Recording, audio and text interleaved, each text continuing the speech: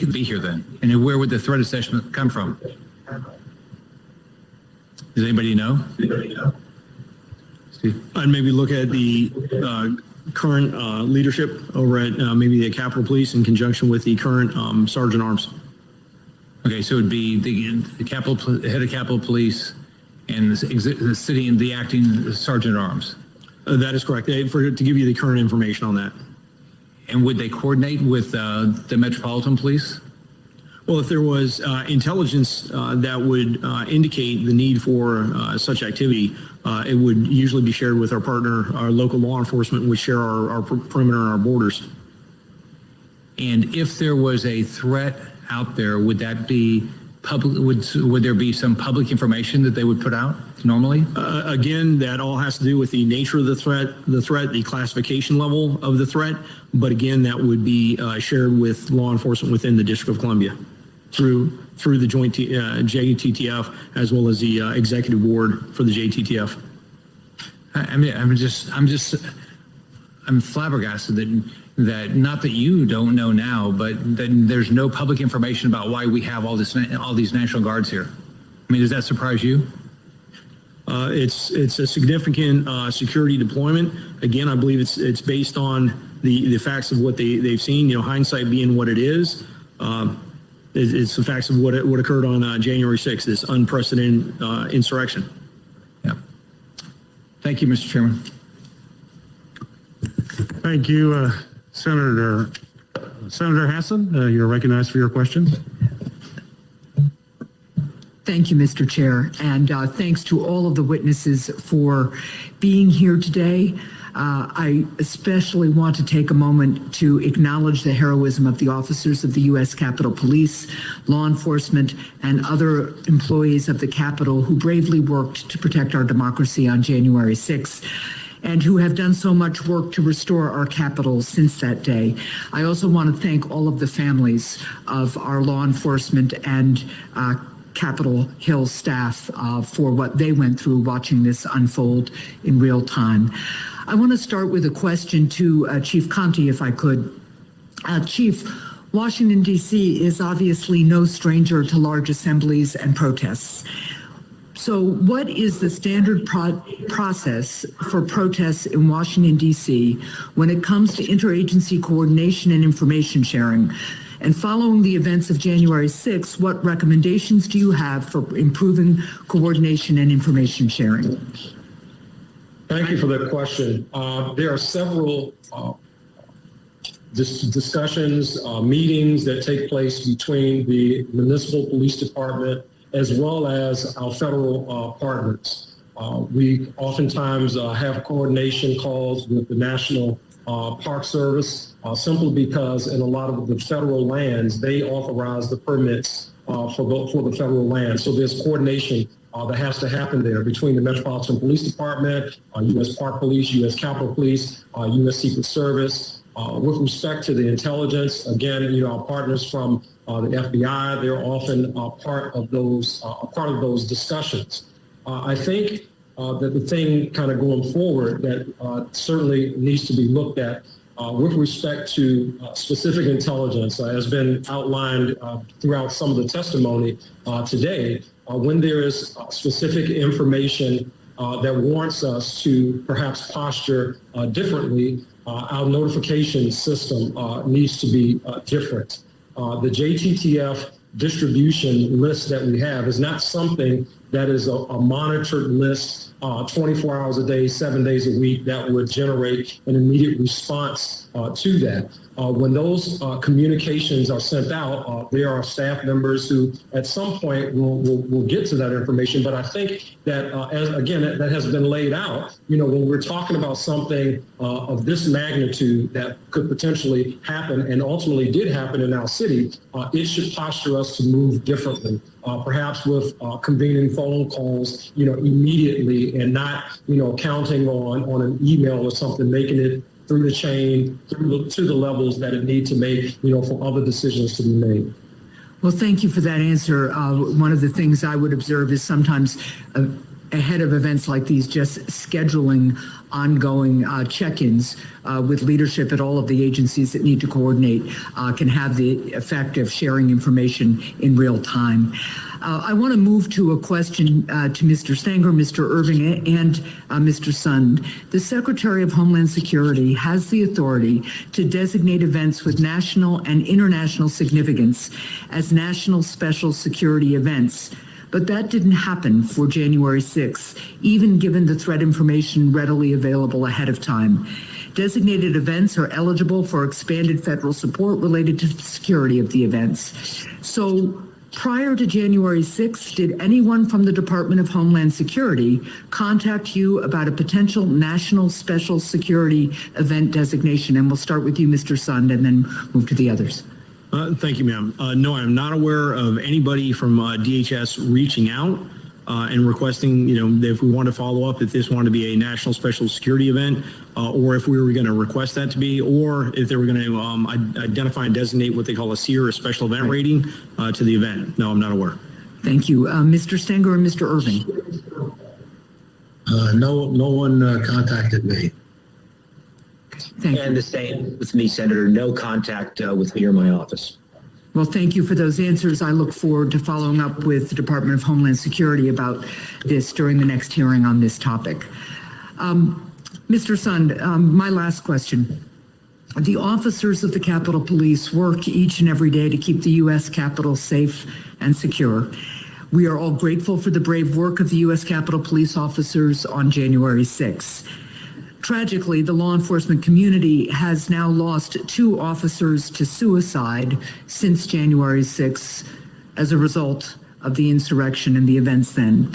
My thoughts, and I'm sure the thoughts of all of us here today, are with the families of MPD Officer Jeffrey Smith and U.S. Capitol Police Officer Howard Liebengood. Mr. Sund, what mental health resources are currently available to the United States Capitol Police officers, and are these resources sufficient? The department has brought in significant mental health resources, and I certainly do appreciate your recognition of that.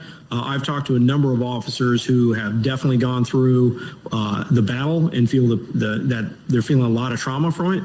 But I know the chief of police, the acting chief, has brought in significant resources. We had the employee assistance program, but they brought in a number of outside contractors that have gotten very good response. So I think there's a lot of mental health resources available, and I know a number of officers are taking advantage of it, which I'm happy to see. Well, so am I, and I would encourage all officers who feel that they could benefit from counseling to reach out for it. And I would certainly encourage, and I'm sure my colleagues here would too, that all leadership in law enforcement reach out to us if they feel the resources are strained or need bolstering in some way. Thank you all for your service. Thank you very much for your testimony and for being here today. To the chair and ranking members of our respective committees, thank you so much for organizing this hearing. Thank you, Senator Hess. And Chair now recognizes Senator Hawley for his questions. Thank you, Mr. Chairman. I want to begin by saying a special thank you and a special acknowledgement to Captain Mendoza, who shared her testimony earlier this morning. Captain Mendoza is a native of Missouri and an alumna of Park University, if memory serves. And I just want to say to her, I want to thank her for being here today, but also for her incredible bravery and courage on January 6th. And on behalf of the entire state of Missouri, I want to say thank you for what you have done. Thank you for what you represent. And I also want to take that opportunity to say again now, as I said on the night of that terrible day, a thank you to all of the law enforcement from all of our various branches who responded in this dire emergency to face these criminal rioters, these violent criminals, to repulse them from the Capitol and to secure this space so that the work of Congress could continue. So thank you, and a special thanks to Captain Mendoza from the state of Missouri. Mr. Sund, if I could just return to the question about the National Guard activation. I'm a little bit confused about the timeline here, and I want to ask you and Mr. Irving some questions just so I can get this clear in my own head. I'm looking at your written testimony. You testified that you spoke with Mr. Irving Irving at 1:09, actually both of the sergeants at arms at 1:09 p.m. Now I understand there's a little bit of dispute about the timeline here, but you do say that Mr. Irving advised you that he needed to run it, namely the request to the National Guard, he needed to run it up the chain of command. Have I got that right? That is correct, sir. Okay, Mr. Irving, could I just ask you, when Mr. Sun says that you told him you needed to run it up the chain of command, to whom were you referring there? Senator, I do not recall a phone call at 1:09 when I was on the floor of the House during the Electoral College session. Oh my God. My really? phone records do not reflect a telephone call at that time. And had I received a call at that time, I had everyone with me. I had Mr. Stenger, leadership. We would have approved it immediately. So I have no recollection of that call, and neither do I have a record of it. You say, I think, that you spoke with Mr. Sun later at approximately 1:30. Is that right? That is correct. After I left the floor. And on that call, he had indicated to me that conditions were deteriorating and that he might be making a request at a later time. Okay. And did you then say that you needed to run it up the chain of command, or words to that effect? No, not to my recollection. I notified leadership and I went to Michael Stanger's office to receive updates from Mr. Sund as to conditions outside and to determine whether he needed to make a request or not. And when the request was made, shortly after 2, we approved it. And when you say we, who's we? We approved it. I was in Michael Stanger's office, so next to Mr. Stenger. And so you did not consult congressional leadership. You weren't waiting at any point for input from congressional leadership. Is that your testimony, Mr. Irving? Have I got that right? Yes, I advised them, as we would do with many security protocols. But you weren't waiting for them at any point. There was no delay, you're saying, in getting National Guard requests, because you didn't at any point actually wait for the input of the Speaker or the Majority Leader or anybody else. No, absolutely not. Mr. Sund, is that your recollection?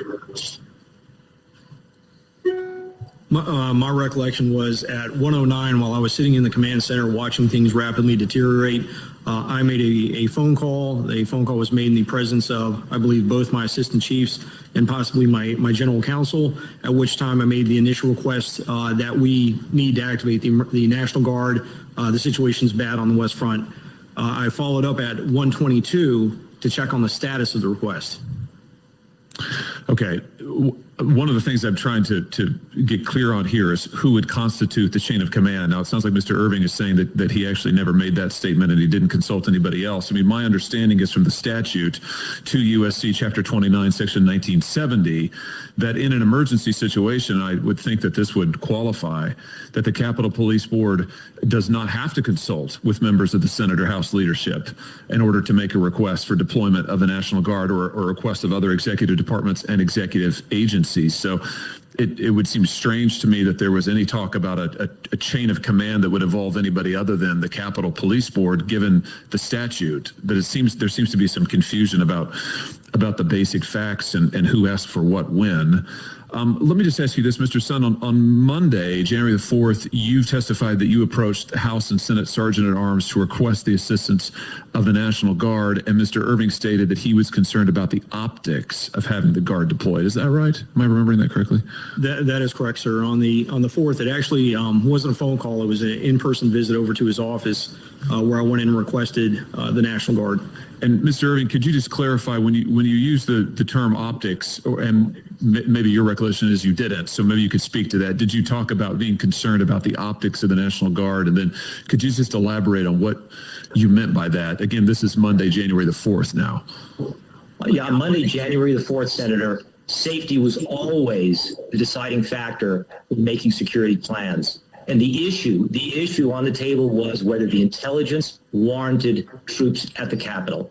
And the conversation with Mr. Sun was not, I did not take it as a request. He was merely informing me that he had received an offer from the National Guard. And then when we included Mr. Stenger, the three of us discussed the specific issue as to whether the intelligence warranted the troops And the answer was no. It was a collective answer, no. And then Mr. Stenger put forth his recommendation to have them on standby. And my recollection was Mr. Sun was very satisfied with that. In fact, he briefed the following day that he was satisfied, and I heard no concern anytime thereafter. Were you concerned, this use of the word optics, the appearance, what it would look like to have the guard, this is what Mr. Sun has testified was a concern on January 4th, that there was a reluctance to request assistance because of the appearance. Was there something that you were, what's the appearance that you were concerned about, Mr. Irving, if indeed you were? Were you concerned that having the guard present would look like it was too militarized? Were you concerned about the criticism of the guard being deployed in Washington during rioting earlier this summer, the summer of 2020? Would just give us some insight into your thinking there as you recall it. Senator, I was not concerned about appearance whatsoever. It was all about safety and security. Any reference would have been related to appropriate use of force, display of force, and ultimately the question on the table when we look to any security asset is, does the intelligence warrant it? Is the security plan match with the intelligence? And again, the collective answer was yes. Mr. Chairman, could I just ask one final question? Yes.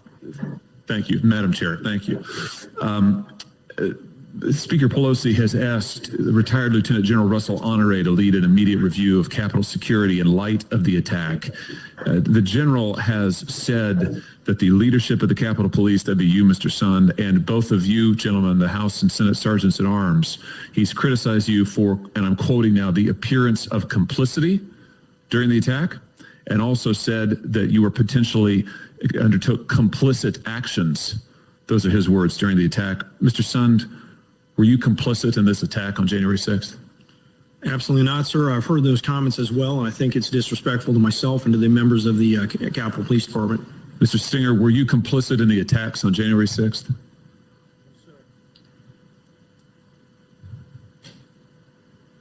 Mr. Stenger, were you complicit in the attacks on January 6th? Exactly. Sir. Mr. Irving, were you complicit in the attacks on January 6th? Absolutely not, Senator. Yeah, of course none of you were. There's absolutely no evidence to that effect. And Mr. Sun, I think your comments are appropriately taken to allege that any of you, were complicit in this violent mob attack on this building, I think is not only extremely disrespectful, it's really quite shocking. And this person has no business leading any security review related to the events of January 6th. Thank you for your indulgence, Madam Chair. Thank you very much. Next, a new member of both committees, Senator Padilla. Thank you, Madam Chair. There's been a lot of questions. I've been popping in and out from multiple committees, but I understand there's been a lot of questions already about intelligence, what was known, what was assessed, what was shared, et cetera, and differing opinions. I'll try not to be too repetitive. First, a quick question for Chief Sund and the two Sergeant at Arms. I imagine, like most people, you saw most, if not all, of the House impeachment managers' presentations before the United States Senate as they sort of laid out the case. Set the impeachment question aside, we know how that was resolved, but in terms of how January 6th didn't just happen, but the lead up to January 6th, is there anything from that presentation that you would disagree with? So to just make sure I understand, the video I watched and all the information, the video that was portrayed is all accurate video. As far as any of the other commentary associated with the video, I can't say I watched every single bit of it, but I can tell you the video, a lot of that video was video from the United States Capitol Police, and it was all accurate. Okay, thank you. Mr. Stenger, Mr. Irving, same question. The video I saw certainly reflected what I could see from my window on the day of January 6th. And from my perspective, Senator, I have not diagnosed why the attack occurred at the time. We left all information to the intelligence agencies that we had at the time, and I would say now to leave it to the after-action investigations to make determinations. Okay. Question for Chief Son specifically. Now, there is an intelligence division within the department, correct? Yes, sir. Okay. And now, having read your letter to Speaker Pelosi, you make reference to events on both November 14th as well as December 12th that you had sort of comparable intelligence in terms of risk assessment, threat assessment, and the events of November 14th and December 12th, not leading into anything near what happened on January 6th. Is that my correct interpretation of your letter? Yes, that is the correct interpretation of the letter. Both the assessments indicated that we were going to have various militia groups and extremists in attendance. Right. In addition to the fact that, as Chief Contee had testified to earlier, weapons were recovered during both those events. Okay. And so, to the best of your recollection, in the lead up to January 6th, since it was comparable assessment, comparable intelligence, roughly, you therefore proceeded with comparable preparation and posture. Yeah, that is absolutely correct. We proceeded with a posture of seeing it could have instances of violence. We knew it was going to be focused on the Capitol.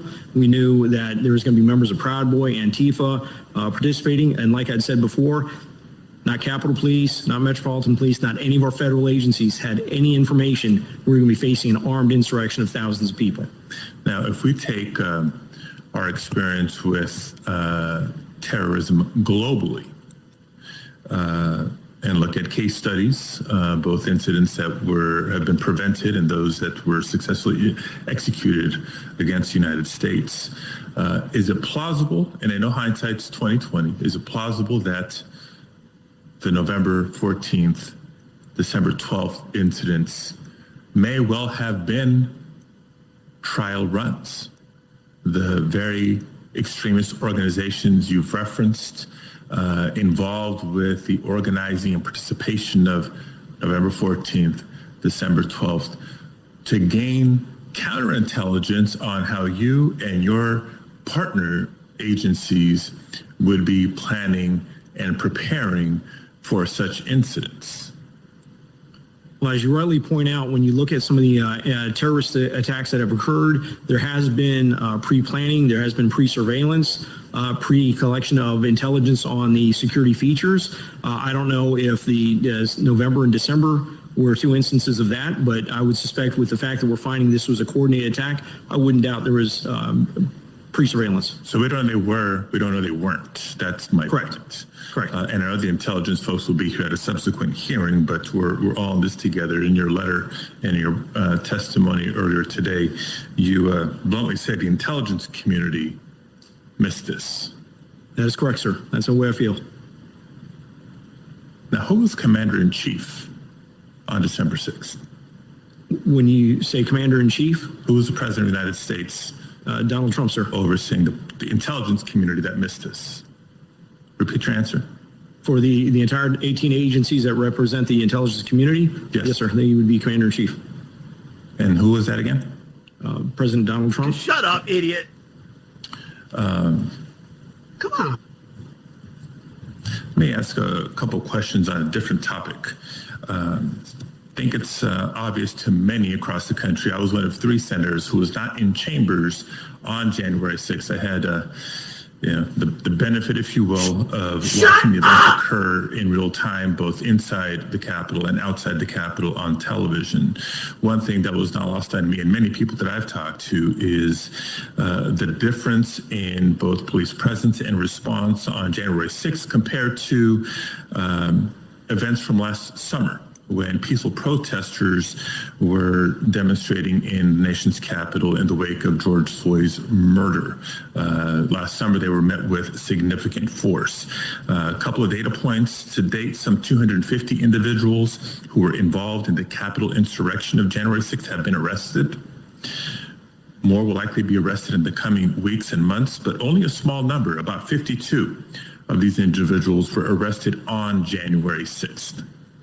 By contrast, during the largely peaceful protests of last summer, 427 people were arrested. On June 1st alone, 289 people were arrested. Similarly, some 300 protesters were arrested during the Kavanaugh hearings in 2018. So, question, Mr. Sun, can you tell us exactly how the Capitol Police preparations for January 6th differed from preparations for the protests from last summer? And if you can specifically address if they were the same or different use of force guidelines in place on January 6th compared to the protests of last summer, or any criteria for making arrests on January 6th versus the protests from last summer. Okay, and if you could do that in about a minute. Yes, ma'am. Thank you, Senator. I will do that very concisely. Okay. So I want to look at it from planning and preparations. We plan for every demonstration the exact same way. Doesn't matter the message of the person, doesn't matter the demographics of the grievance involved in the demonstration. We do it the exact same way. We develop our information, we develop our intel, and we base a response plan on that. So let's transition to preparations. I will tell you, we handled 15 major demonstrations involving Black Lives Matters groups, following the death of George Floyd over the summer. We had a total of 6 arrests, no use of less lethal capabilities, no use of lethal force capabilities. The events, everything that we put into place for January 6th far exceeded any planning that we did for any events in 2020, with the full activation of the department, the size of the perimeter that we expanded, the deployment of additional protective equipment, the deployment of less lethal and the application of less lethal, with far exceeded any other event that I can recollect on the nation's capital. So I'll just leave it at that. Thank you. And prepared much more. Thank you. We're going to go, and thank you, Senator Padilla. We're going to go to Senator Haggerty and then to Senator King, who's been very patient and been on with us online quite a while. Senator Haggerty. Thank you, Chairman Klobuchar. Thank you very much for having us here today and for holding this hearing.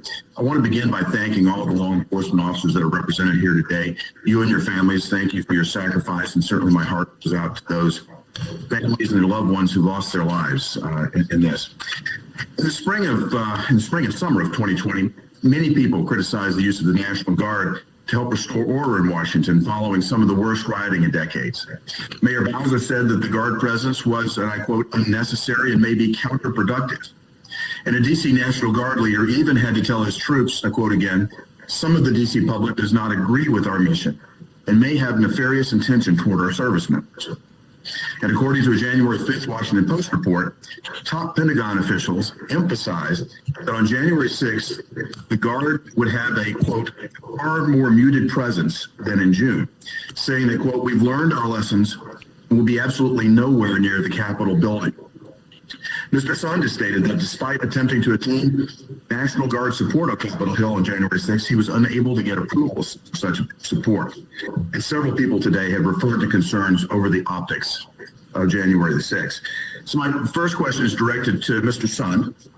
Do you think that the backlash against the use of National Guard troops to restore order back in the summertime led to reluctance in advance of January 6th to utilize Guard troops to protect the Capitol? Sir, I cannot really testify to what the inner working was or working decisions over at the Pentagon regarding either the decisions from over the summer or the memo that was put out by the Secretary of the Army on the 4th. However, I was very surprised at the amount of time and the pushback I was receiving when I was making an urgent request for their assistance. That's regrettable. I'd also like to follow up on a line of questioning that Senator Hawley brought up. Speaker Pelosi indicated that she intends to establish a commission to examine the events of January 6th. Of course, that's why we're here today, examining those issues. Speaker Pelosi has also appointed a retired Army Lieutenant General, Russ Honore, who is going to lead the investigation of what happened. But days after the attack, General Honore said, I think once all this gets uncovered, and I'm quoting him, it was complicit actions by Capitol Police. Before he added, that you, Mr. Sund, were, quote, complicit along with the Sergeant at Arms in the House and Senate. My question is, do any of you believe that comments like these by Mr. Ulrich suggest that he is someone who is well suited to conduct a serious and unbiased review of the events of January 6th? If so, please explain. I'll go ahead and start with that response. As I mentioned before, I found the comments that he made regarding myself and also the Capitol police officers highly disrespectful to the hardworking women and men of that police department, and also to myself. I welcome and I look forward to an after action that will move this agency forward, move our partnership with the federal agencies forward, but it has to be done in an unbiased fashion. I couldn't agree more, Mr. Sun. Any other responses? I would disagree with the general's what he said. I don't believe that's true. There's a lot of people that put themselves in very much danger on that day, and I think saying something like that is just not in good taste. Yeah, I can't imagine that being said myself, implying that you all were complicit in this. But I thank you for your answer and for your service. I yield back, Mr. Chair. Madam Chairman. Thank you very much, Senator Haggerty. Next, Senator King.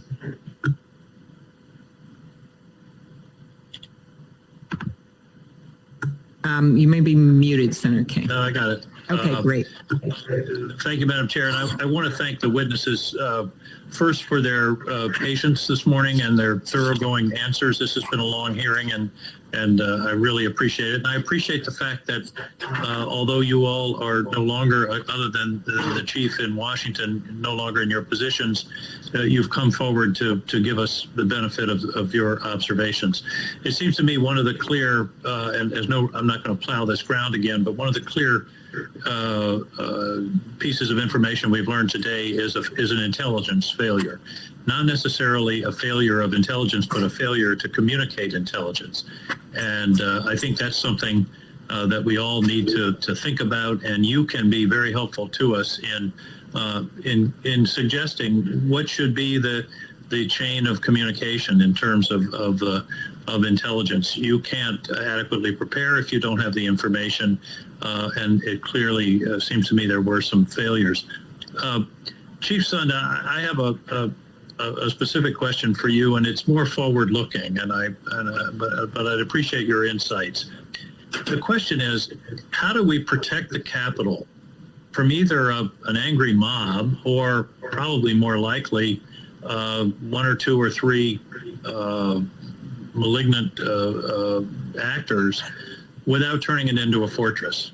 How do we allow the American people to go in the rotunda, to tour the Capitol, to picnic on the grounds, to play with their kids? That it seems to me that going forward, that's really one of the challenges. We want security, but we don't. I would hate to see the U.S. Capitol turned into a fortress. Your thoughts, Mr. Sund? I think you need your mic on there. Thank you. There we go, ma'am. Thank you very much. I'll go back to your original comment with the intelligence and the communications. I think we have the process in place for when we have credible intelligence, especially high-level credible intelligence, to quickly get to where it needs to be. I think my big concern is, on the collection, on how wide we're casting the net to collect our intelligence that would have revealed this was coming, and we are facing this type of mass insurrection. I definitely want to say the Capitol Police is well-versed, well-trained on handling what you're talking about, a Mumbai-style attack. A couple of, attackers armed active shooter events, things like that. Those are the type of events that we are ready for. It is the thousands of people that are storming the Capitol that creates a big issue with us. So when you talk about physical security, and I'd mentioned in my opening statement in one of the initial questions, I think there are options for maintaining an open environment, an open campus type of environment, while putting some substantial physical security measures in place, both for the building, the skin of the building, as well as farther out. Time and distance is our best friend. And the most important thing is to, provide some kind of protection farther out so the officers have more time to deal with it. But that's something that I think should be discussed in a closed or classified session. I understand, but and I hope that is a discussion, Madam Chair, that we can have. I think that's a very important because we just, as I say, we don't want the United States Capitol to be so protected that it's inaccessible to the American people. Amplify on your intelligence. It seems to intelligence answer. It seems to me you're saying it's communicated adequately, but we didn't have the collection that we needed. For example, the Norfolk, Virginia letter. Is it how does it get filtered, and where does it get filtered? Again, the Norfolk Field Office letter. That's something to consider, because even on the 5th, at noon on the 5th, I held a joint conference call with the members of the board, my executive team, a dozen of the top law enforcement and military officials from Washington, D.C., where we discussed the upcoming events on the 6th, the upcoming events for the inauguration, any kind of threats, any kind of issues we may have. And even though we had the director of the field office, for the Washington field office of the FBI, nothing was mentioned about it. So I think my big point is, I think we need to look out. There's significant evidence coming out that the insurrection that occurred on the 6th was planned, coordinated well in advance, coordinated almost to the point where you're looking between number of states where you're having events coordinated. And it's that detection that I think would have been key to putting the effective security in place for this event.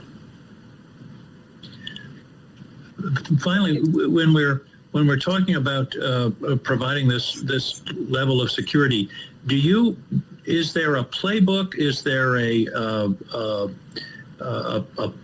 contingency plan that's literally sitting on a shelf somewhere that says demonstrations around the Capitol, here's what you do? I mean, some of the timing things, for example, the deployment of the National Guard might have been faster had there been a predetermined set of phone numbers, actions, steps to be taken. Does that exist? And if not, should it exist?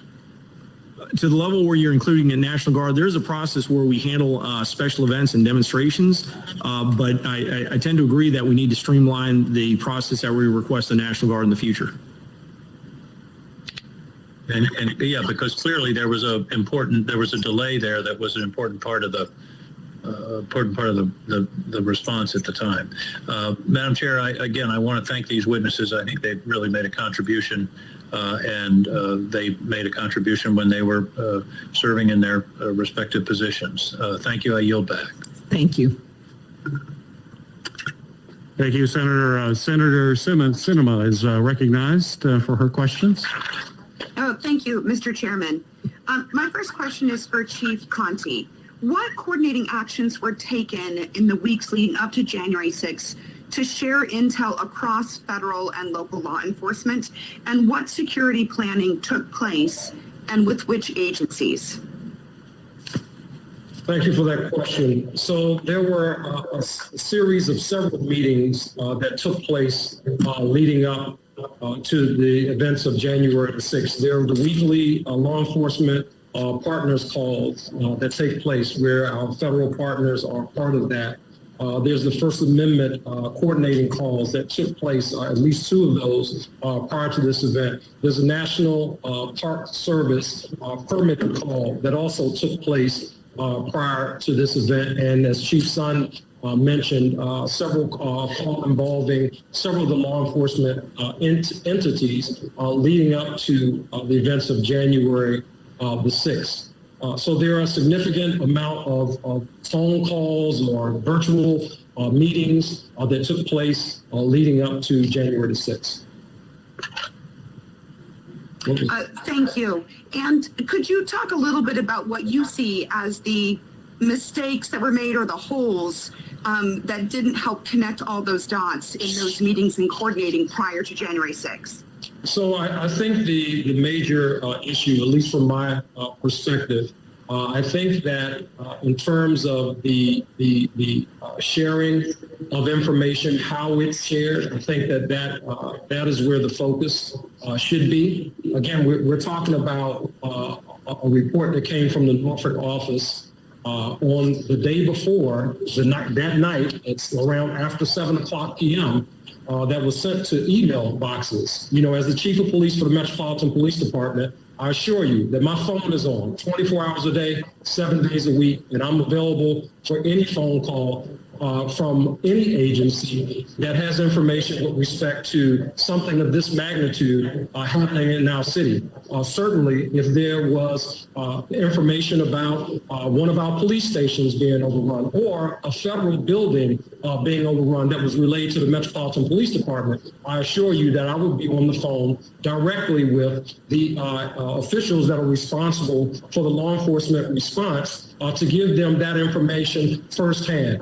I'm not really relying on technology in the form of an email in hopes that that information makes it to where it needs to be. So I think that that's critical. To Chief Sun's point, there were several phone calls leading up to this, and no specific information that talked about the events that we saw and experienced on January the 6th. And I really do believe that there should be quite a bit of attention given to that. I appreciate that. My next question is for Mr. Sund. So you outlined that the FBI report was sent via email to the Capitol Police the evening of January 5th, and that you never received the report.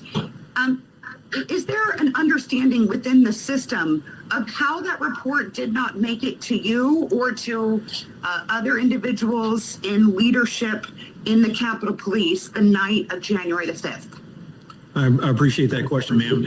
Actually, as I mentioned earlier in the discussion, this is a report that I am just learning about within the last, they informed me yesterday of the report. So I'm not sure what investigation may be going on. I've since January 8th have left the department. What investigations? I know the chief has put additional safeguards in place to make sure something like that doesn't happen again, but I'm not sure of what the outcome of was, why that didn't get pushed up farther. Was there an expectation or a process or procedure prior to January 6th that should have gotten that memo up to your attention the night of January 5th? There's a process that ensures that information from the Joint Terrorism Task Force and through our task force officers gets over to our intelligence division, or would be moved up to our intelligence analyst and the director of that intelligence division. And then based on that information, he could push it then up to the assistant chief or directly to me. He has my cell phone number. We talk regularly.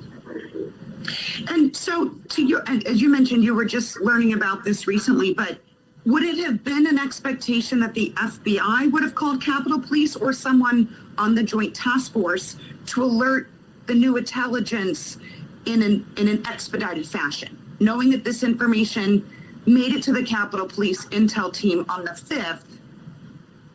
But what I'm trying to understand is how it did not get to the higher levels to make preparations the night of the 5th.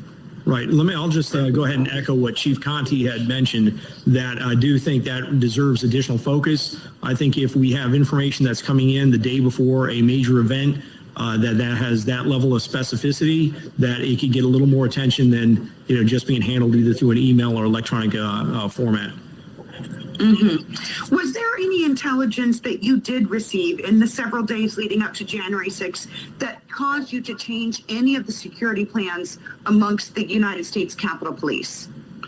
So yeah, just to reiterate, all the intelligence and all the information that we've been receiving during the development of this, the event for the 6th, outlined very similar to what the intelligence report that was published on the 3rd outlined. We were expecting large number of protesters coming in. We expected a potentially violent group. We knew they were being focused on the Capitol, and we knew that some of them had maybe armed. And that is what was really driving up until even, regardless of what was put out the 3rd, this was information that we knew. We were developing our security plan around that.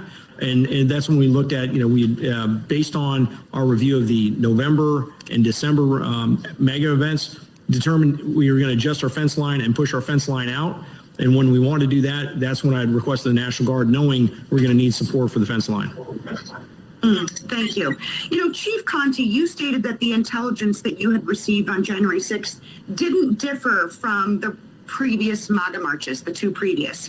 Was there any conversation or consideration about the fact that the January 6th was scheduled on a very important day that Congress would be in session certifying the results of the election? And was that different in a consideration around security than the other two marches, which had been on weekends without Congress being in session?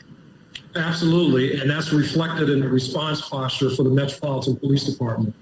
For the two prior demonstrations that happened, the MAGA 1 and 2 marches, the Metropolitan Police Department, we did not call up officers from surrounding jurisdictions to be stationed physically within the footprint of the District of Columbia. We did not do that before. The mayor, in addition to calling up those additional resources, again, called up the National Guard specifically for the reasons that we outlined to them, which would allow the Metropolitan Police Department to be a lot nimble in our response. That, in essence, enabled us to be able to respond quickly to assist the Capitol Police officers. So those responses were different. We were disrupting individuals or intercepting individuals who were armed with firearms in our city in violation of the mayor's order, many of whom that were on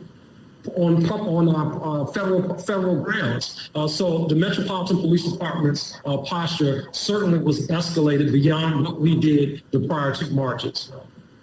Thank you. Mr. Chairman, I appreciate your indulgence. I see I've gone over my time. I have a few extra questions that I'll submit. Thank you. Okay, very good. Thank you, Senator Sinema, and thank you for your emphasis on the FBI report and the issues that everyone here seems to acknowledge with getting that it didn't go at the right place, and just putting send isn't enough for a report like that. Okay, next we have Senator Cruz, and then after that will be Senator Ossoff. And if there's any other senators who wish to ask questions, who haven't asked questions, you should tell us, because those are the last two we have. Senator Cruz. Thank you, Madam Chair. And let me say to each of the witnesses here today, thank you for being here. Thank you for your testimony, and thank you also for your service. I want to thank each of you and also each of the heroic law enforcement officers who demonstrated extraordinary courage in fighting to repel the terrorist attack that unfolded on the Capitol on January 6th. And we are grateful for the bravery and the courage in the face of a truly horrific attack.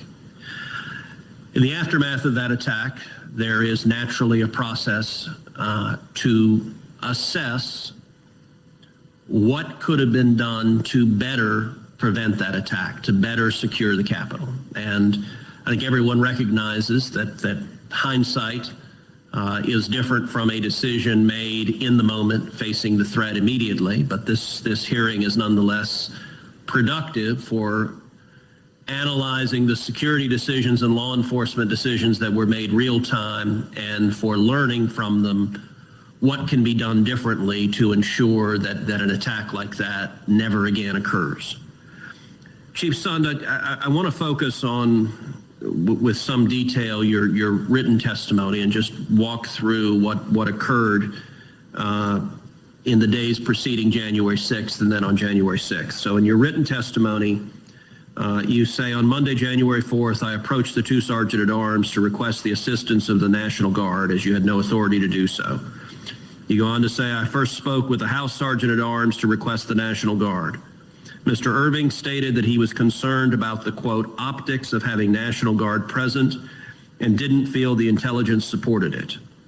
He referred me to the Senate Sergeant-at-Arms to get his thoughts on the request. I then spoke to Mr. Stenger and again requested the National Guard.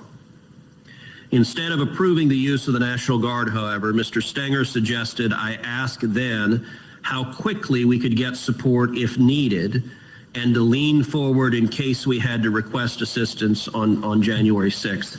Can you describe at a little more length those conversations with the two Sergeant-at-Arms on January 4th? Absolutely, sir. The first conversation occurred Monday morning.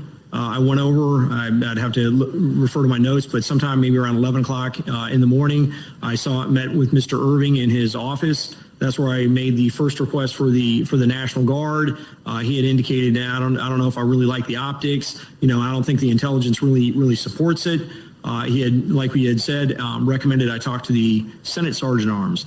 I went over and met with, later on in the day, either, I'm trying to recall if it's in person or over the phone. I have to go back to recollect my timeline, where I reached out to him, and they may have already talked, because he had referred me. He said, do you know somebody over at the DC National Guard? I said, yes, I do. I have a good friend over there, General William Walker. He said, can you give him a call and see if we needed assistance? How quickly could we get assistance, and what type of assistance could he give us? So that evening, as I was driving home at about 6:35 at night, I went ahead and called General Walker and spoke to him and said, hey, General Walker, I don't have authority to request National Guard, but I want to find out if we needed them on Wednesday. How quickly could you get them for us? And is there a way you can kind of, be prepared just in case we put in the request? At that point, he had advised me that he has 125 National Guardsmen who are supporting the COVID response in the District of Columbia. And if we needed a response, a quick response, he could, what he called, repurpose them and get them to the armory, at which point we could get somebody over to swear them in and try and get them to us as quick as possible. We ended our call. The next day, I met with Mr. Stenger. He came over to the office for the 12 o'clock video call that I had hosted with the dozen of the law enforcement officials from the National Capital from DC.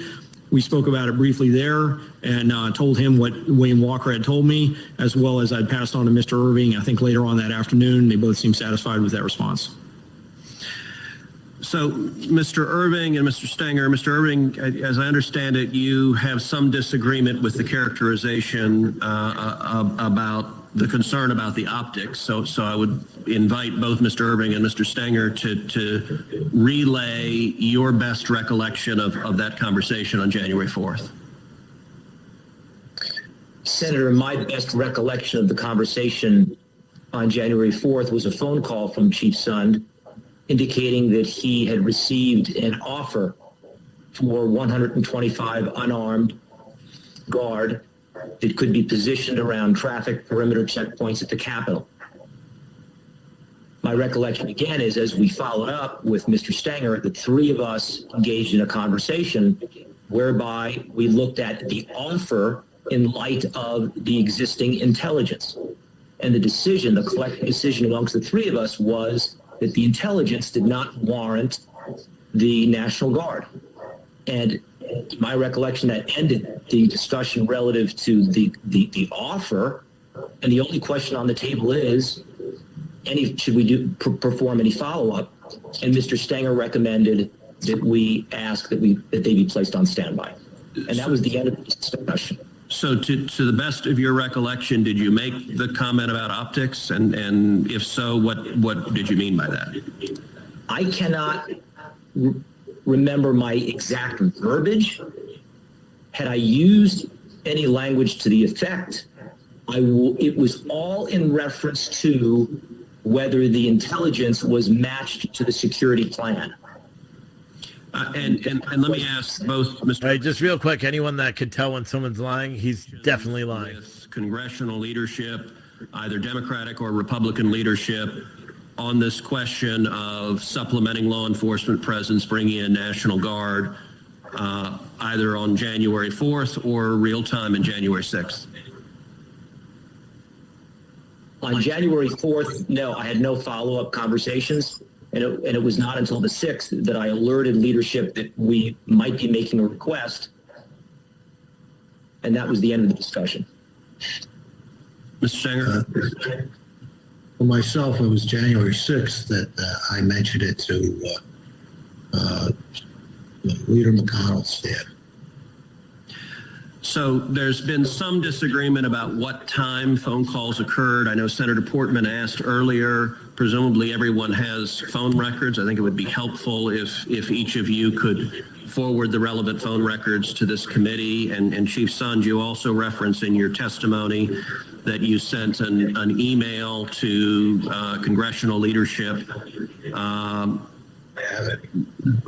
If you could forward that to the committee as well, I think that would be helpful. Thank you. Thank you. Senator Assa. Thank you, Madam Chair.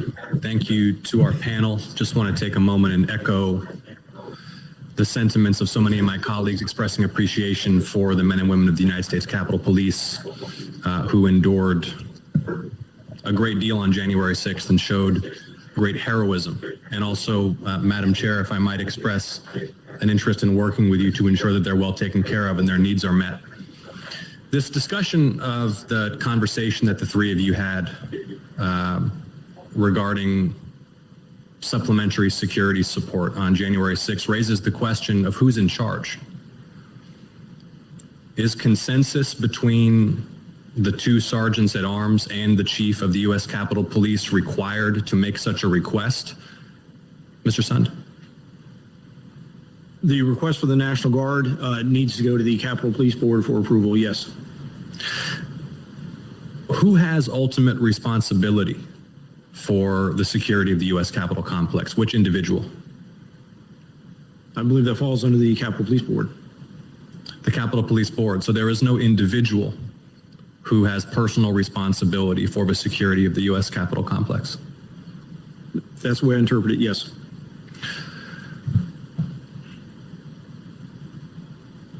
Had the U.S. Capitol Police conducted exercises simulating comparable events such as a violent riot on or within the U.S. Capitol complex?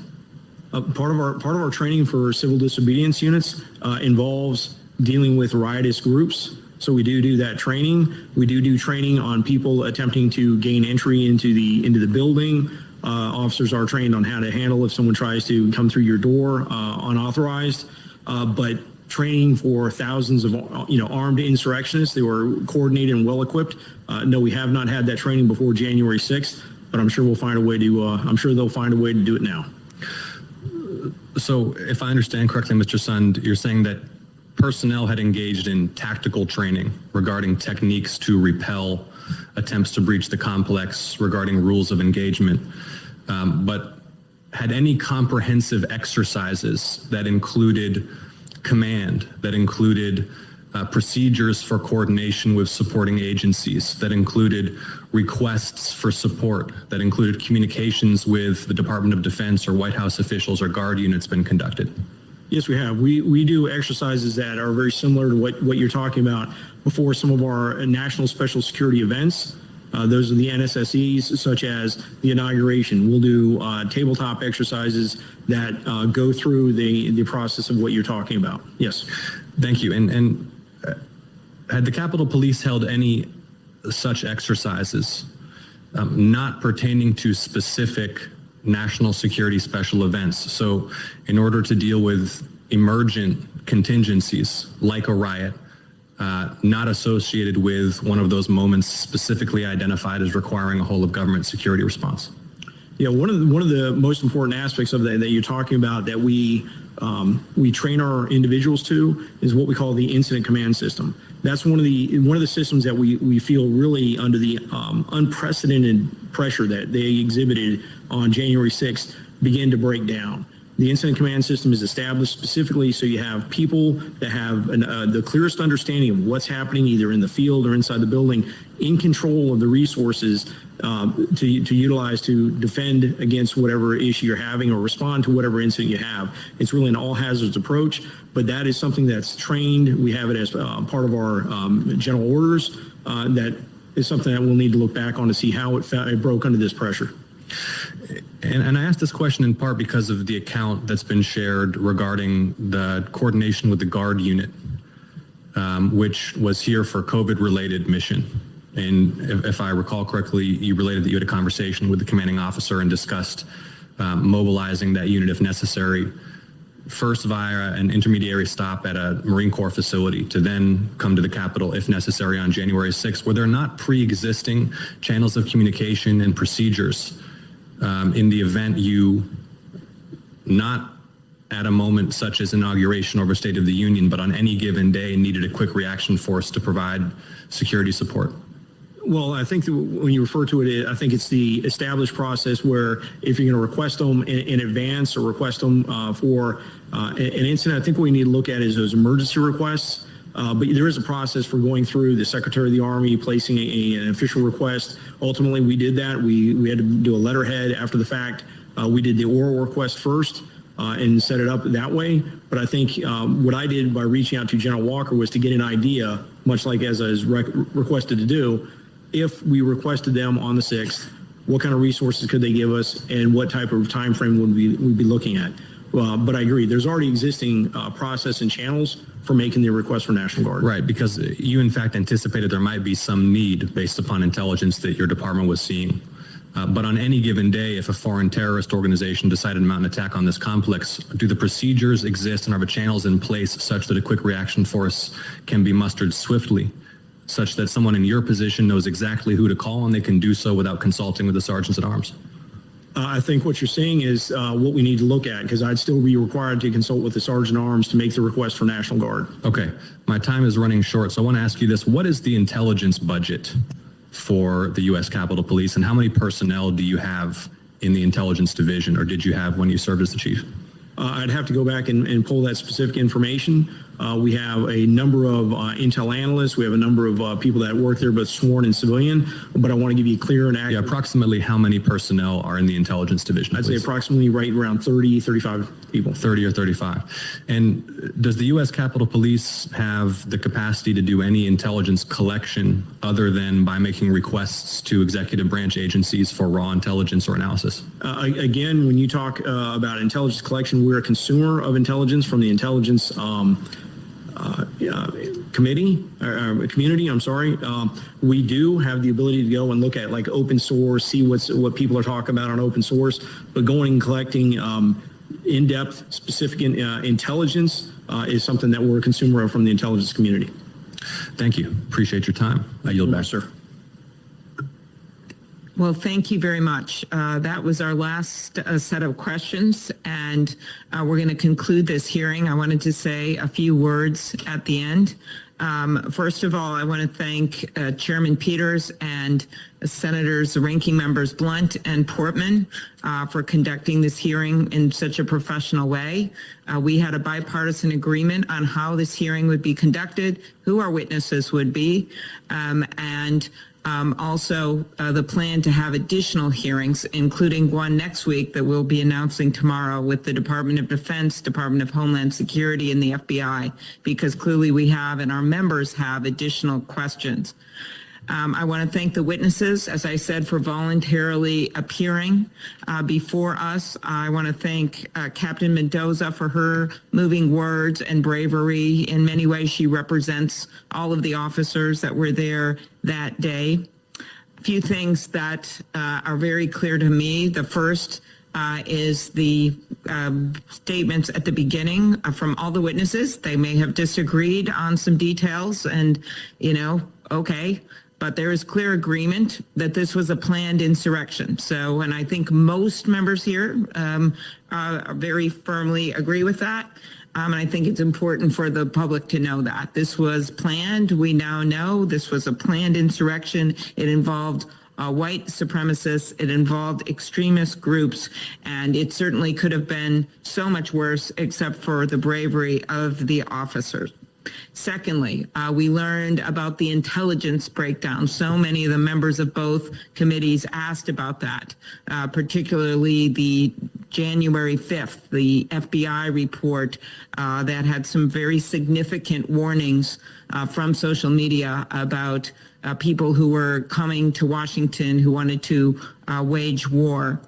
The fact that did not get to key leaders in the Sergeant of Arms or the Capitol Police Chief is, of course, very disturbing, really on both ends. I mean, you can't just push send. As we all know, we get tons of emails and hope that it gets to the right person, especially when we're dealing with something so serious. The January 3rd intelligence report that came right out of the Capitol Police also contained, according to Washington Post reports and other information, some pretty foreboding details that I would have thought would have resulted in planning and more preparations. The delays in the approving a request for National Guard assistance, both from the Capitol Police Board and the Department of Defense.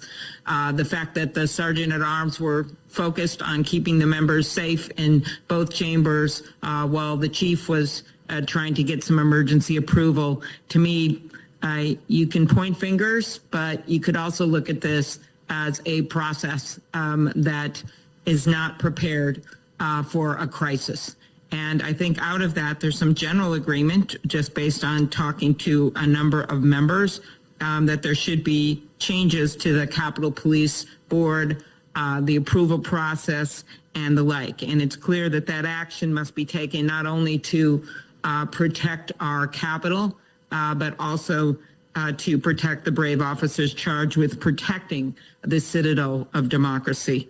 Better intelligence sharing, always an outcome when there's failures of intelligence. We know that, but I think we'll get more details in the coming week. Some security changes at the Capitol, requests that have been made for a while on those changes that I think we have to seriously consider. And no, it does not have to be barbed wire. And of course, this is a public building, and you want the school groups, and you want the veterans, and you want people to be able to visit here. But that doesn't mean that we don't make some smart security changes to this building. The use of the National Guard. We know after 9/11, the National Guard helped for quite a while. We also know that we have to have a plan going forward, as well as consider what happens when we need a greater number of National Guard in a crisis and how those approvals are made.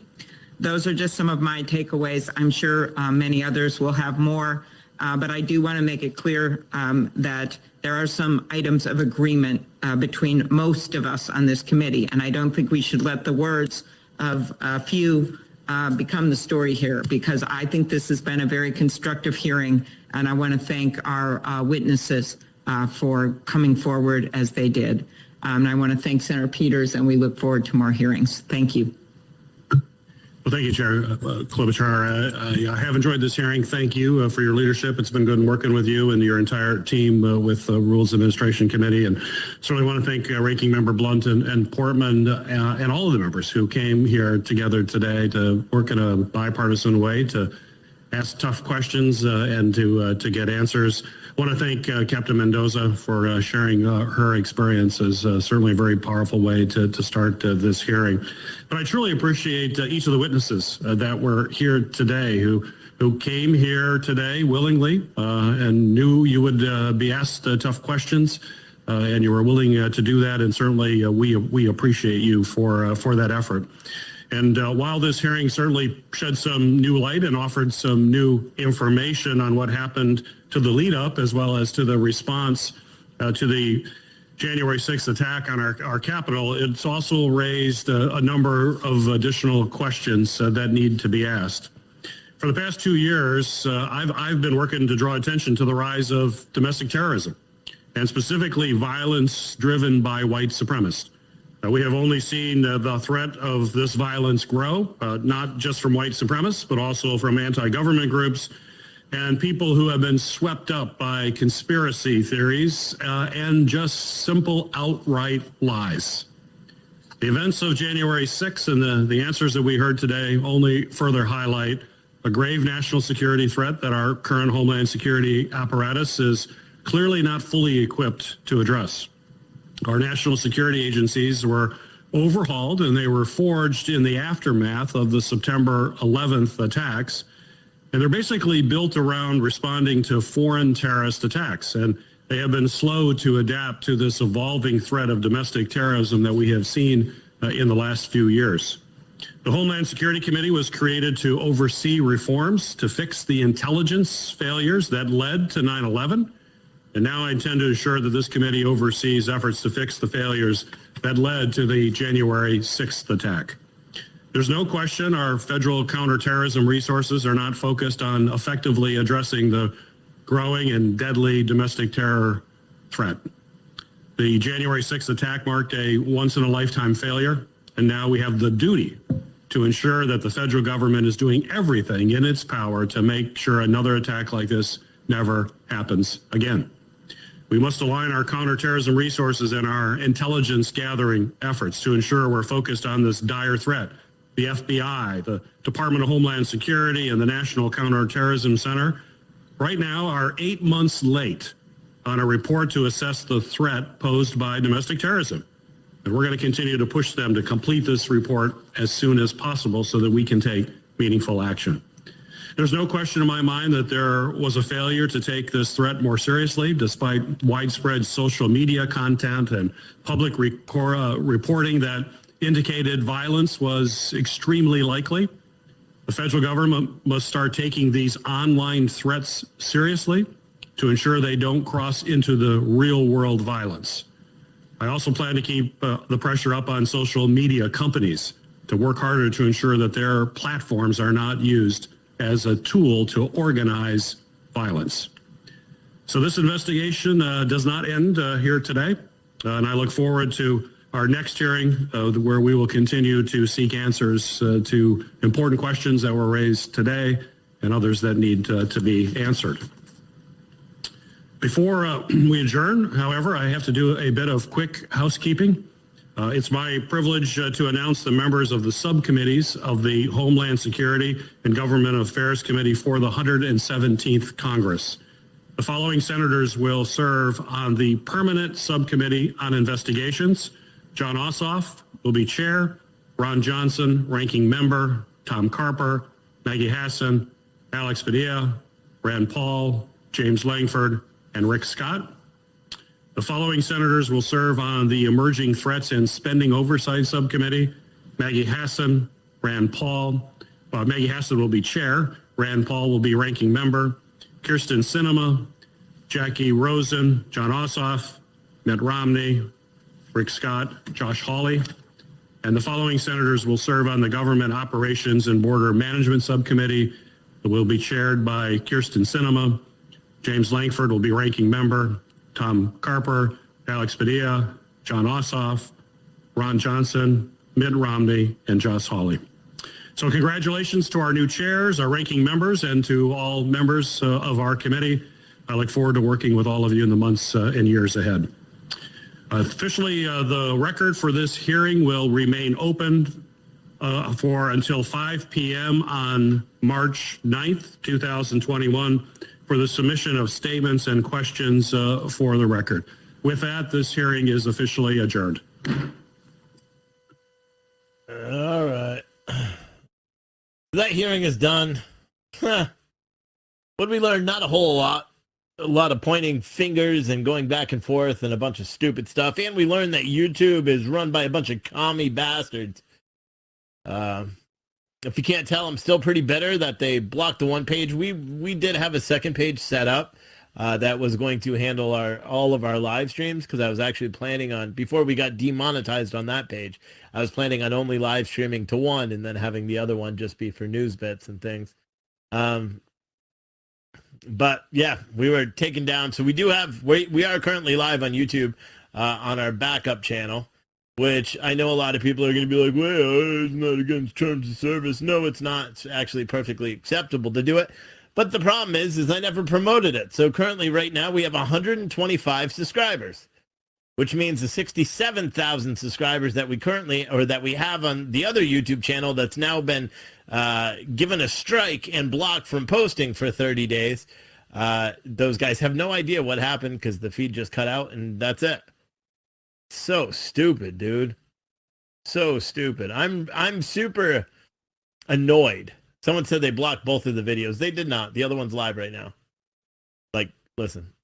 Strike and block. That's me, live on the other YouTube. It's just so dumb, dude. It's so dumb. If you guys want to subscribe to that one, I just put the link to this video on YouTube. Go ahead and subscribe if you prefer to watch on YouTube. At night, I'll still have the buttons open. Thank you, everyone who supported either by visiting ptnewsnetwork.com/support or with any of the Cash App links or any of that. I really appreciate you guys doing that. It is a help. I get discouraged, man. I get discouraged seeing all this stuff every single day, and I get discouraged seeing, demonetized, and I get discouraged seeing negativity in the chat. And I really thought with the YouTube today, I thought I would be fine. You know what I mean? I thought I would be fine because I didn't do anything. I literally blocked the chat, so there were no one was chatting on it. I really thought it would be better. But I don't know. YouTube still decided to, and the problem is I won't hear anything from YouTube. They will not reply back to the messages. They didn't do it when they demonetized me. They just said you were demonetized and you're welcome to reapply.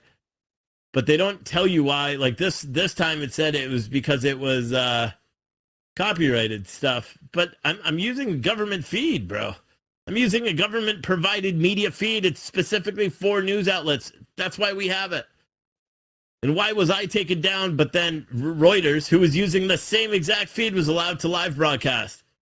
How come PBS NewsHour, who's using the same exact feed, was allowed to live broadcast?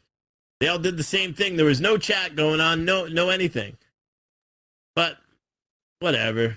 We can't do anything about it. They said it was either because of copyright complaints. What did they say? This was their exact verbiage. The stream has been stopped because we detected copyrighted audio or video, or because we received complaint of a community guidelines violation. The crazy thing is, I wasn't here. I was buying a truck. So I wasn't even here doing it. I was monitoring it via my cell phone, which is YouTube's guidelines. There was no chat going on. There's no negative comments. There's nothing. The only thing that it mentioned was what was happening on the Capitol. So if they're saying that is wrong, I mean, they just censored. Here's the way you think about it, guys. They didn't censor me. YouTube didn't just censor me. They censored the government because we were sharing a government-provided feed of a Senate hearing that many of the other news outlets didn't cover. It's so frustrating. Someone said I'd say some commie complain. Someone else said, Steve, read my response. I don't know where your response is. I'm not a mind reader. Someone said there, MSN, you're too small and can lean to the wrong side. There is no sides. Damn it. There's no sides anymore. It's about America and about fixing this country before we can't anymore. You know, I missed, because I was watching the feed, but I didn't have audio on for the first 2 hours. Was Nancy Pelosi named at all? Was she named? Because I heard Mitch McConnell's name being thrown out by the guy with the beard, who was the House Sergeant at Arms, or the former one. Did that little whiny, scrawny little a-hole that just kept lying and said he never said it would be bad for optics? Did he mention that his boss is Nancy Pelosi? Doubt it. But whatever, dude. It is what it is. And then they kept talking about white supremacism and this and that. But I have a real problem with that. I'm starting to really, because here's the truth. We watched it live, right? You, me, everybody in the world watched what happened on January 6th live. Guess what I didn't see? I didn't see any KKK-clad Nazis running around. I didn't see any skinheads. I didn't see, and I was part of the whole punk scene for 20 years. Not really that long. For 15 years. Trust me, I could point out a skinhead from a mile away. I didn't see any of them. But now you are a white supremacist if you're a white dude with a beard, with a shaved head. That's it. I can't, the way this is, I can't see the replies to other chats. You guys are driving me nuts. Hold on. Someone has something they want to see. Can someone comment on one of Steve's blah, blah, blah?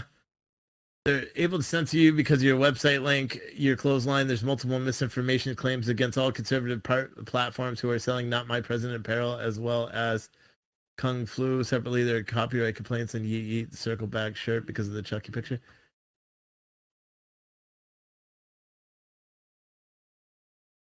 All right, that's too big of a message. I don't know what all that is. There's no copyright complaints against Chucky. There's a handwritten drawing. Again, that's not why I wasn't taken down because of any. I was taken down because we were showing what really goes on. That's why. That's just. I mean, maybe some of that has something to play, but nothing on my page is copyright protected. Not a single thing.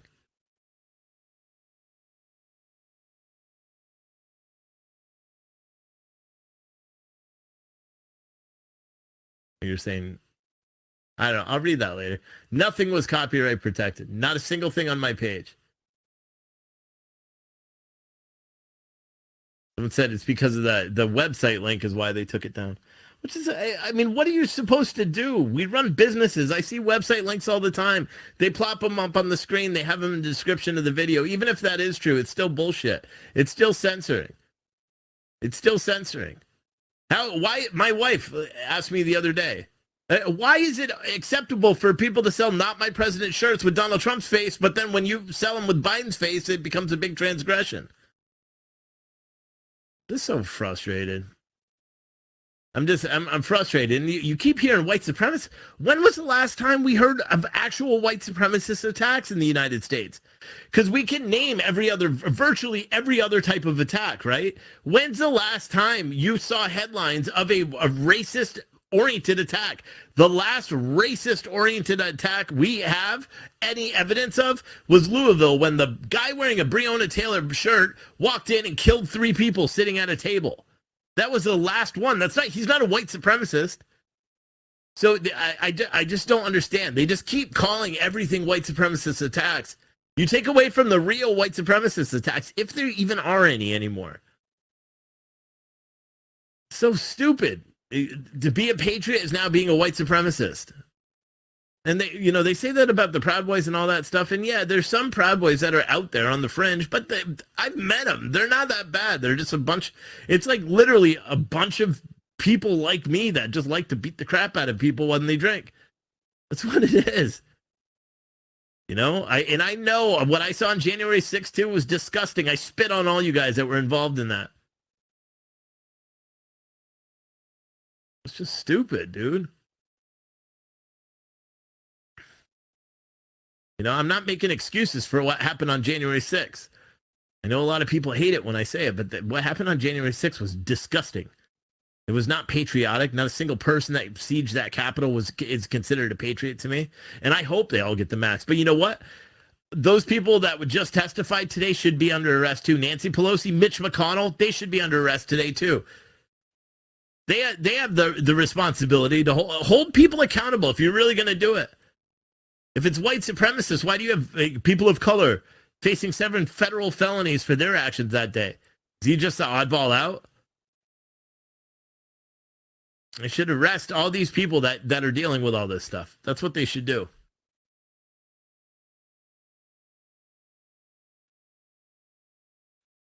But then again, what can we do? What can we do, huh? Today is Tuesday, so I don't do a night show. I know Adam is going to talk about the censorship stuff because he's pretty pissed off. Someone said, it was disgusting, but you know what? It wasn't an insurrection. I try not to call it an insurrection. I call it a riot because that's what it is. It was less violent than any attack that we've seen in D.C. or, in D.C. prior to this, in Portland, in Seattle, in Denver, in Chicago, in Minneapolis, in New York, in Tampa. It's less violent than any of those attacks. It really is. But for some reason, it takes precedent. I don't know why it's more important, why storming a Capitol is more important than burning down someone's, a mom and pop shop, or shooting someone, or punching an old man in the face and breaking his jaw, or killing someone, or running him over with a car. Like, why is that more important? Is it because it's a seed of our democracy? Is it because it's the Capitol, so that's why it's more important than everybody else? Tell that to all the people who have been victimized as it relates to riots, throughout this year. Why do these rich people sitting in a place that don't do their damn job anyway? None of those people that are sitting there in the Capitol, Senate, or Congress do anything. Why are they more important than the local mom and pop? I just remember the 77-year-old bar owner, or however old he was. Where was that? In Kenosha? Where he comes out to stop people from looting his store, and they come and sucker punch him and they break up his face. Remember that? That was live on film. Or the woman that was protecting her store when she was beat by a 2x4 in front of her husband, who was also beaten. Or the guy that was working security at his friend's pawn shop when he was shot and robbed and killed, and they watched and recorded him while he died. Or the 8-year-old girl that her parents made a wrong turn and they opened fire on the car, killing an 8-year-old girl. How can anybody sitting in that Senate hall say that they are more important than any of those people that I just mentioned?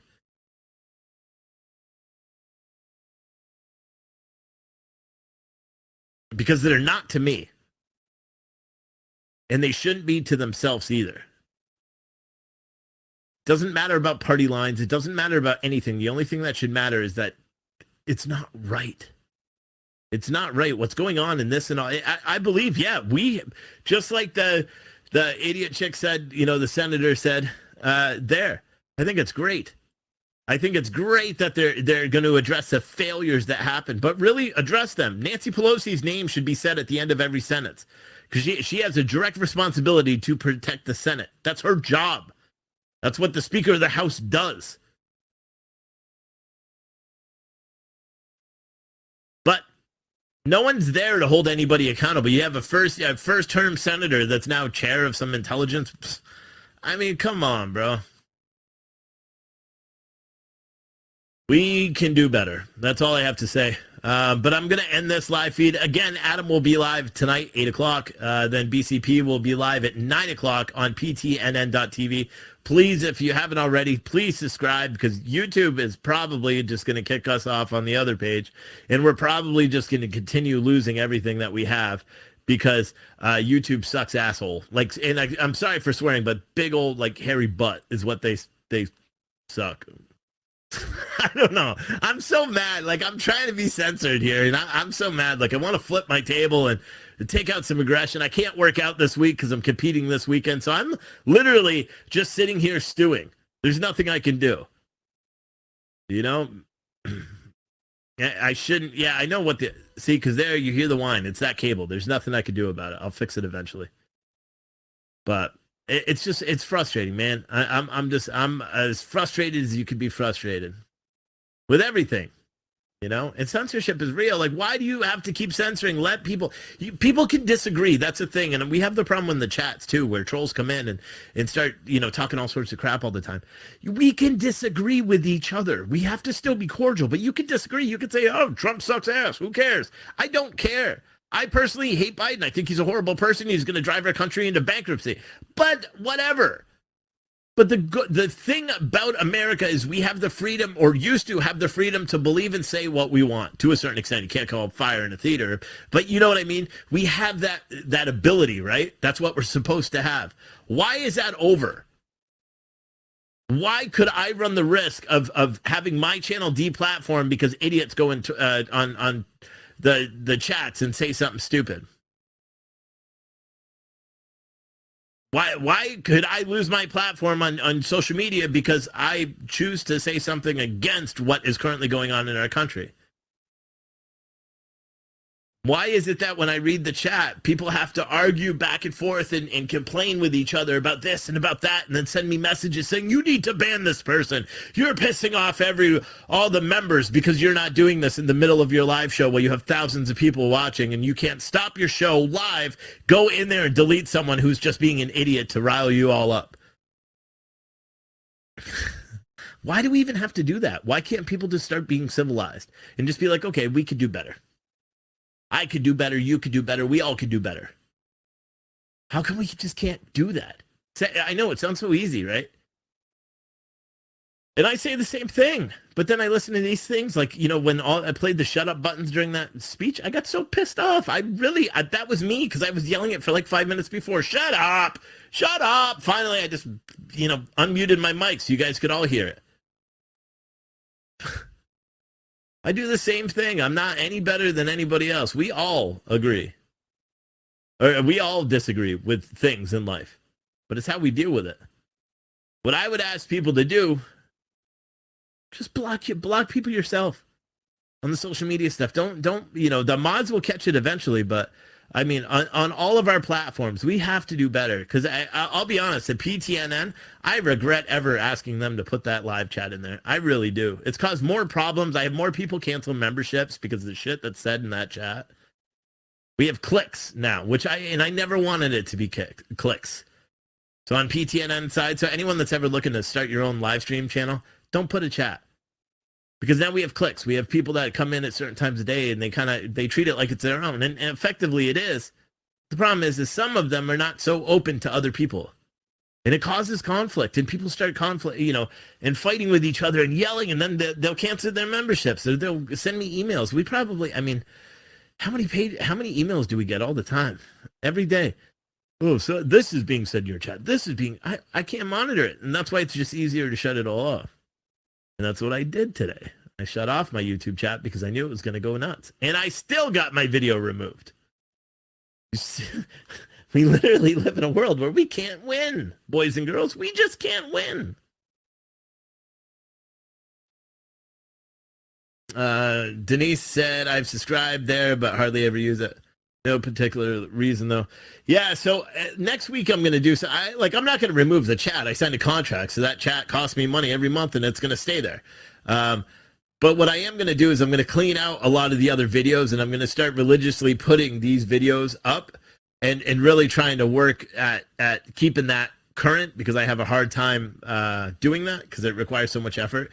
And we're also I think we're going to end up building our own server and eliminate that huge amount of money that we pay every month, just to make it better and just have it be an easier transition, so I don't stress about it as much. And to Gulf Vet said, this was my first day watching this channel, and I want to thank you and your chat community here. We have a new regular viewer. Good. You're seeing me be a little bit more liberal than I typically am.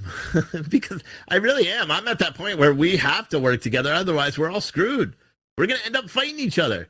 That's what it's going to happen. I'm going to walk down the street. Someone's going to be like, oh, man, you white supremacist. I'm going to lose my stuff. I'm just not going to be able to take it anymore. I'm just going to be like, hold my phone, kids. Like, seriously, what is going on where everything is just a race thing? Everything. Coca-Cola is now doing, trainings for their people to rate their whiteness. Teachers are sending things home, rate your whiteness. They're teaching kindergartners to pick colors of people. What is going on? Why can't it just be good enough to be like, hey, you're a human? Oh, yeah, I'm a human too. Hey, guess what? We're both humans. Why is it so hard? And I know that there are people that are bigoted. I know there are people that are racist. Yes, and they come in all shapes, sizes, colors, sexual orientations, and political affiliations. Who fucking cares about any of that stuff? Can't we just be normal and care about our country and care about what's happening? That's the reason. That's one of the reasons why I want to do this trip over the summer with my kids. In fact, that's one of the biggest reasons. That's why I'm going to go pick up my new truck here in a few minutes. New to me, used, but new to me. It's pretty sick. And I didn't get the diesel. I got the gas one because the diesel, it was a Power Stroke 6.0, and I went to a buddy of mine that knows a lot of trucks, and he's like, dude, you buy that truck, you're no longer my friend. And I said, okay, why? And he's like, Google it. So I did, and then I realized he probably saved me thousands of dollars. But yeah, we're buying a camper, and we're going for 3 months this summer, and we'll document it all. And if I'm not on YouTube, I'll be somewhere else. But we'll document it all, and we'll document it as a family, and we'll have these hard,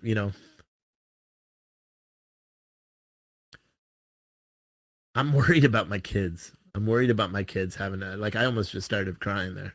Like Manda people. I'm worried about my kids being subjected to our country.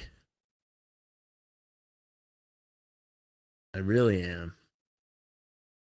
Because it's not right.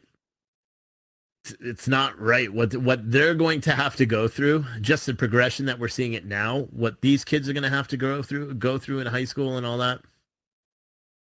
Not right. It's not fair.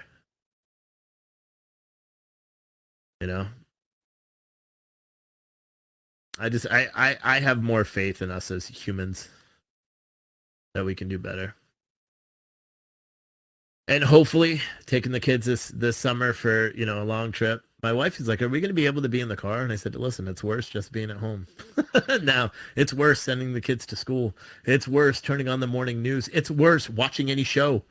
I watched a cop show the other day, Chicago PD, where they were trying to say, well, you can't shoot first anymore.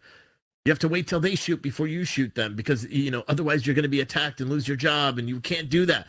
I'm like, what is going on? Every single commercial is about equality now.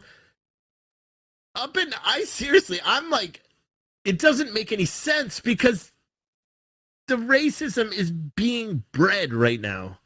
That's what I firmly believe. I think they are breeding racism. And they're just, no one is stopping them. No one is being like, this is nuts. Like, what are you doing? Why are you teaching kids to pick color? That's literally racist when you subject kids and say you want to point out that they are anything. Kids see kids as kids. My son doesn't come up and say, well, the black kid today at school. No, he doesn't. You know why? Because he's normal. But who knows? We got to do better. But that's all we could do, right? We can only just sit around and I can make these videos and talk about it. And that's what I'm going to continue doing. I'm not done. YouTube, yeah, you can demonetize me. You can take away everything. And guess what? People still support it. I made a couple $100 during this show, because people are contributing. And I got a feeling that you guys all just want me to get a really good camper. The truck was a little bit more than I wanted. So now it decreases because we have a set budget for the truck and then the RV. And so spend a little bit more on the truck, so that's going to take away from the RV. So I truly, appreciate everyone that did contribute, everyone that's bought shirts. I got a bunch of orders that are going to go out tomorrow morning. I did 2 carloads of orders yesterday. So we're finally getting all this stuff. And then towards probably this weekend, I'm going to inventory it, and I'm wholesaling every single shirt that I have here.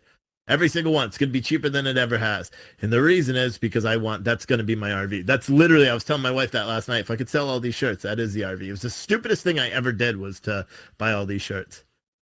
Someone said you need an awesome camper. It's not going to be that awesome.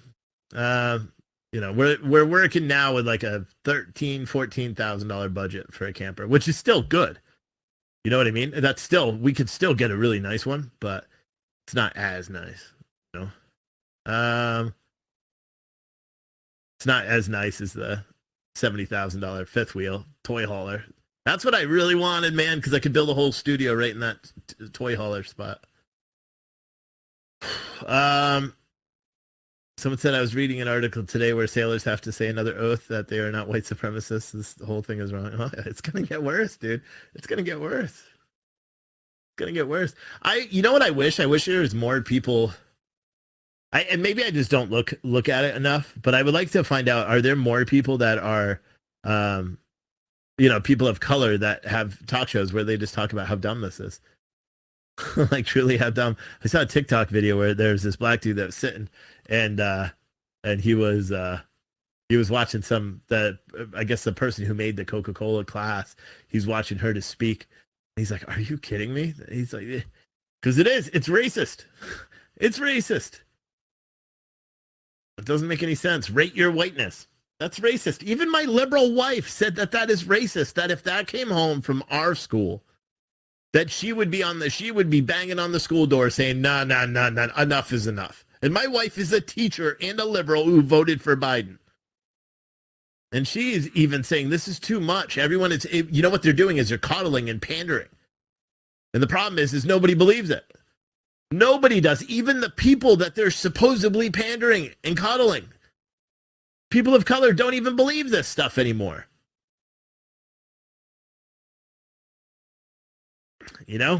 But whatever you can do, that's all I could say. Again, thank you everyone for supporting the page. I'll be live tomorrow. I won't be live again today because it's Tuesday and I'm going to start spending time with my family. I'm going to go pick up the truck now. Spend 2 hours. I think I got to go to the bank first, but and then, yeah, keep in mind we're looking for a place in Pennsylvania, Ohio. What is it? Pennsylvania, Ohio, Kentucky, West Virginia, maybe Indiana, like that area right up there. We're looking for a place that we can do a Wake Up America like camp out, like a 3-day camp out. So it's got to be a big field or a campground that we can all just rent out, where we can all just get together and hang out and, camp for the weekend. Towards the end of August is when we're thinking. So see, if anyone has any ideas for space or anything, that's what I want to do. Kind of like a rally, but, just a Wake Up America rally. Just a lot of cool people hanging out and, shooting the shit for a couple of days. Having bonfires, eating s'mores, drinking Budweiser. All right, guys. I'll see you guys later. I really appreciate all you sticking with me and allowing me to rant for a little bit. It always does make me feel better. But yeah, seriously, bye.